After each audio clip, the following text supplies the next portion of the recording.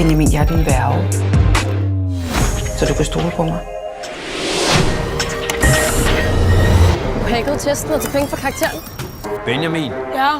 kom lige mere op på kontoret. Hvad drejer det her så om? Kan du huske din mor? Harddisken er slettet. Hendes computer med Zeus og algoritmen er også væk. Men nu har vi grund til at tro, at din mor, hun stadigvæk er i live.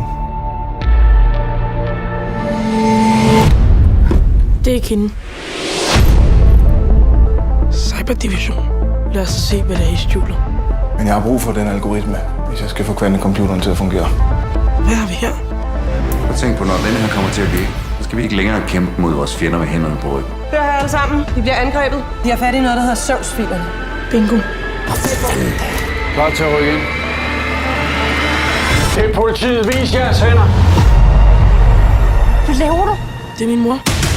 Få lavet en efterlysning på dem. For hvad? For at lade den 13-årige hackers? Vi ved, hvad de laver. Hvad vil du gøre? Find hende sgu da.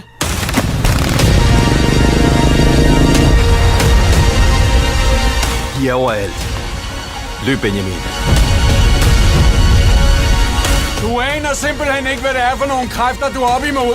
Drengen, en søn. Jeg ved, hvordan vi finder hende. Mor?